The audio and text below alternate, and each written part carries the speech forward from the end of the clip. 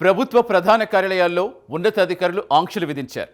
ఆయా శాఖల సమాచారం లీక్ అవుతున్న అనుమానంతో నిఘా కట్టుదిట్టం చేస్తారు. ఉద్యోగులు తమ ఐడి కార్డు చూపిస్తే కానీ లోపలికి పంపడం లేదు. ఆఫీసుల మెయిన్ గేట్ వద్ద, లోపల లిఫ్ట్ల వద్ద గోడలపై ఆంక్షలకు సంబంధించిన పోస్టర్స్ అంటించారు. ఇంతకీ ప్రభుత్వ కార్యాలయాల్లో ఏం జరుగుతోంది? సడన్గా ఇప్పుడే ఎందుకు ఇలాంటి డెసిషన్ తీసుకున్నారు?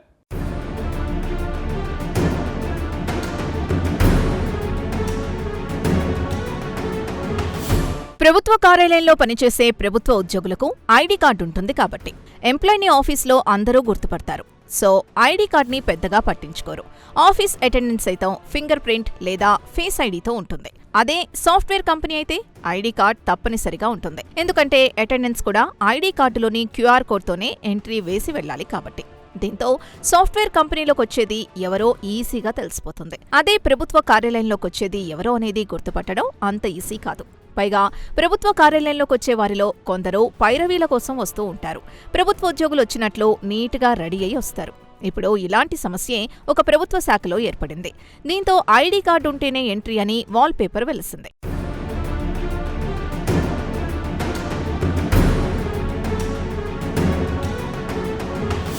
ఆపరేషన్ లేకుండా మోకాళ్లు మరియు నడుము నొప్పులకు అత్యాధునిక చికిత్స. ఆర్ఎఫ్ఏ మరియు ప్లాస్మా పద్ధతిలో చిన్న ఇంజెక్షన్తో పరిష్కారం. Ask hospital, road number 12, Banjara hills.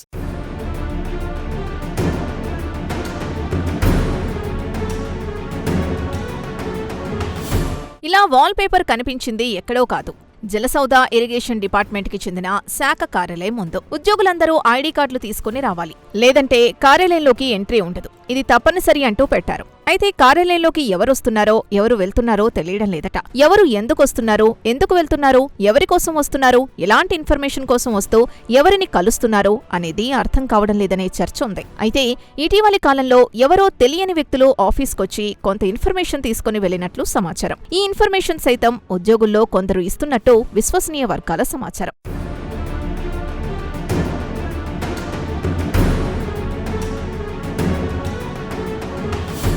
ఇక పైన చెప్పుకున్న కారణాలు ఒక లెక్కైతే, ప్రధాన కారణం మరొకటి కూడా ఉందట. సమాచార సేకరణ చేసేవారిని రానివ్వకుండా ఈ నిర్ణయం ముఖ్యంగా తీసుకున్నట్టు సమాచారం. రెండు రాష్ట్రాల జల పంపకాల నిర్ణయాలు, నీటి వినియోగం, ఎవరు ఏ మేరకు వినియోగం చేశారు, వాటాల ఉల్లంఘన చేస్తోందెవరు, ప్రాజెక్టులకు సంబంధించిన కీలక ఫైళ్లు ఎక్కడున్నాయి, ఇవన్నీ ఇన్ఫర్మేషన్ లీకులు అవుతున్నాయట.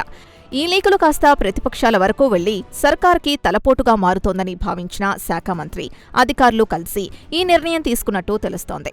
అయితే కేవలం ఇలా సౌదలోనే కాదు, ఆ మంత్రిగారికి చెందిన ఇతర శాఖ కార్యాలయంలో కూడా ఇదే సిస్టమ్ ఏర్పాటు చేయనున్నట్లు తెలుస్తోంది. ఇక ఇంకో శాఖ సివిల్ సప్లైస్ శాఖ. ఇప్పటికే మీకు అర్థమైపోయి ఉంటుంది మంత్రిగారు ఎవరో. సీనియర్ మంత్రి ఉత్తమ్ కుమార్ రెడ్డి. ఇటీవలే ఉత్తమ్ కుమార్ రెడ్డి ఎంత సైలెంట్ గా వర్క్ చేసుకుంటున్నారో చూస్తే తెలిసిపోతుంది. ఎవరికి ఎక్కడ ఛాన్స్ ఇవ్వద్దని డిసైడ్ అయినట్లుగా సమాచారం.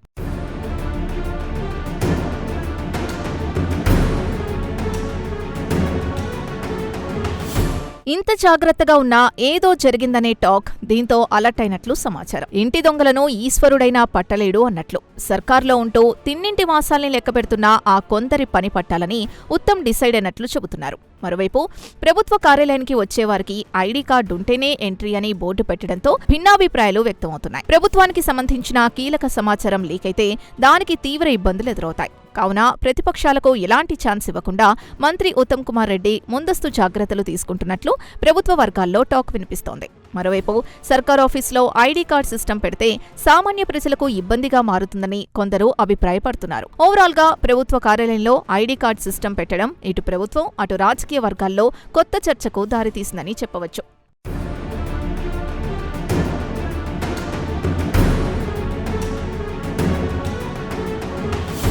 మొత్తానికి దాల్మే కుచ్ కాలా హై అన్నట్లు కనిపిస్తోంది.